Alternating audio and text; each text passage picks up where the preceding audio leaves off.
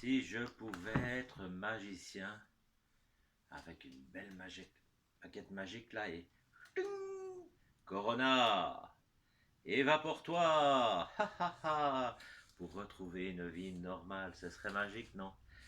Chers amis du 4 heures de sourire au quotidien, bonjour. Ah, si j'étais magicien pour effacer tous les microbes de la Terre, tout ce corona qui embête le monde. Et voilà, et voilà. Oh là là. Enfin, allez, sur ce, changeons un peu d'état d'esprit et allons voir dans notre livre l'histoire du jour.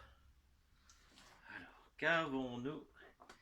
Livre magique, délivre-nous. Ah, ben, c'est l'histoire d'une drôle de sorcière. Approchez-vous. Ah, voilà, voilà. Comme ça, vous m'entendrez mieux. Et n'oublions pas notre petite poule. Une drôle de sorcière. Dans une forêt très sombre, au nord de la ville de Jaligol, habitait une sorcière tout à fait spéciale. En effet, depuis qu'elle avait terminé ses études dans la grande école des sorcières, le collège du balai, elle n'avait jamais réussi à jeter le plus petit sort. Pourtant, c'était une bonne élève. Elle était même la meilleure élève de son collège et avait réussi toutes les épreuves pour avoir son diplôme. Yeah! Tous ses professeurs pensaient qu'elle serait une excellente sorcière. Bibolette, c'était son nom, était venue s'installer dans la grande forêt de Jaligol, et de nombreuses personnes, connaissant sa brillante réussite, étaient venues la voir pour lui demander de jeter différents sorts.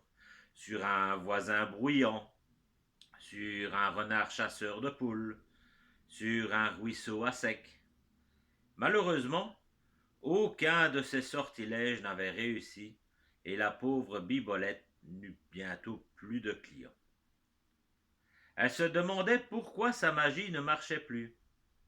Mais que m'arrive-t-il? Se lamentait-elle. Je dis exactement les mêmes formules que j'ai apprises au collège. J'utilise les bons ingrédients, je ne comprends pas. Elle ne dormait plus, elle ne mangeait plus. Elle se creusait la tête pour trouver une raison. Et puis un soir qu'elle regardait fixement sa baguette magique en se demandant ce qu'elle allait devenir, elle remarqua un tout petit détail. Oh, pas grand-chose, mais tout de même. Il me semble que ma baguette est différente. Elle a changé. Avant, le bout était plus fin et plus foncé. Et si c'était pour ça que je ne réussis plus rien? Comment la baguette de Bibolette avait-elle pu changer de forme et de couleur?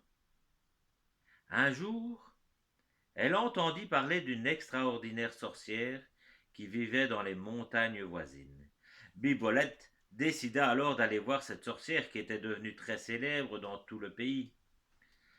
Elle se nommait Châtelus, avait 20 ans, un nez crochu, un long manteau, une vraie tête de sorcière. Elle vivait dans une grotte, au pied d'une montagne.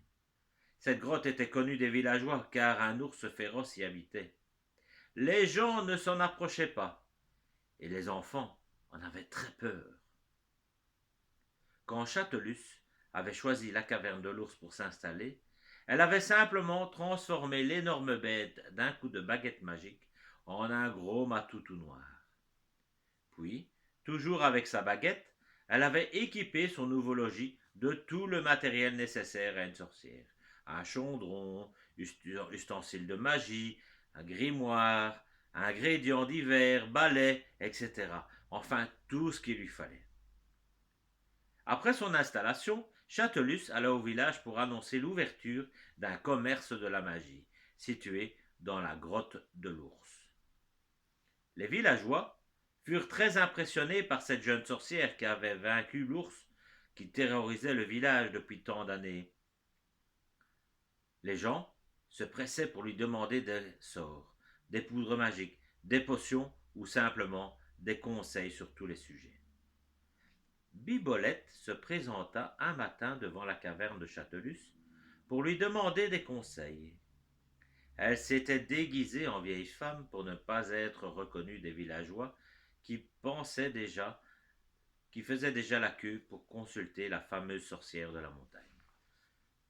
Quand ce fut son tour, elle s'approcha lentement et, en apercevant le visage de Châtelus, elle reconnut immédiatement une de ses camarades du collège du ballet, une pauvre sorcière qui était toujours la dernière de la classe et qui s'appelait alors Tartiflette. Bibolette fit comme si de rien n'était et s'adressa à la sorcière. Madame Châtelus, j'ai besoin de votre aide. Une de mes vaches ne fait plus de lait depuis 10 jours. Ah, et as-tu pensé à m'apporter quelque chose appartenant à la vache, vieille femme demanda Châtelus. Oui, répondit Bibolette.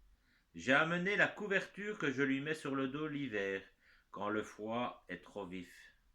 Bon, cela ne sera pas trop difficile. Je vais prononcer une formule magique en touchant la couverture avec ma baguette et, quand tu seras rentré chez toi, tu pourras traire ta vache comme avant. Châtelus leva sa baguette magique, l'approcha de la couverture et déclara « Lactis, bovinatus, treram !» À ce moment-là, Bibolette fit un « Oh !» de surprise. Elle venait de reconnaître sa baguette magique dans les mains de Châtelus. « Que se passe-t-il, vieille femme ?» demanda Châtelus. « Il se passe, » répondit Bibolette, en enlevant son déguisement et en parlant très fort pour que tous les villageois l'entendent, « que j'aimerais bien savoir, chère Tartiflette, comment ma baguette magique est arrivée dans tes mains. » Mais qui êtes-vous? Je ne comprends pas. Vous mentez, bafouilla Châtelus. Et moi je comprends très bien maintenant, dit Bibolette. Tu as remplacé ma baguette magique par la tienne avant de quitter le collège de Dubalais. Et c'est pour cela que je n'arrivais pas à faire de la magie. Tu ne réussissais jamais rien, aucun sort, aucune potion, aucun charme. Alors tu as fait cet échange et cela a failli marcher. Les villageois s'étaient approchés, intrigués par les paroles de Bibolette. « Tout ceci n'est que mensonge, ne l'écoutez pas, s'écria Châtelus. Et d'abord, comment peux-tu prouver tout ce que tu racontes?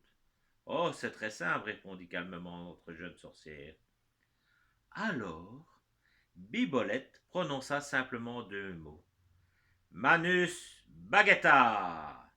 Et soudain, la baguette que tenait fermement Châtelus lui sauta de la main et s'envola pour rejoindre sa véritable propriétaire. En effet, chacun sait que chaque sorcière a une formule particulière pour appeler sa baguette s'il lui arrive de la perdre. Enfin, pas tout à fait chaque sorcière, car Tartiflette ne savait même pas ça. Les villageois chassèrent la sorcière malhonnête et récupérèrent la grotte pour en faire une cave à fromage. Quant à Bibolette, après avoir retrouvé sa baguette, elle regagna la forêt. Elle devint la seule sorcière de la région. Tout le monde la respectait beaucoup, car elle réussissait désormais tous ses sortilèges et avait beaucoup de pouvoirs magiques. Waouh! Ah, quelle chouette sorcière quand même, hein? Eh bien, moi, je vous envoie plein de bisous magiques pour vous réconforter, pour vous donner du courage et pour vous donner de l'optimisme. Voici. Bisous!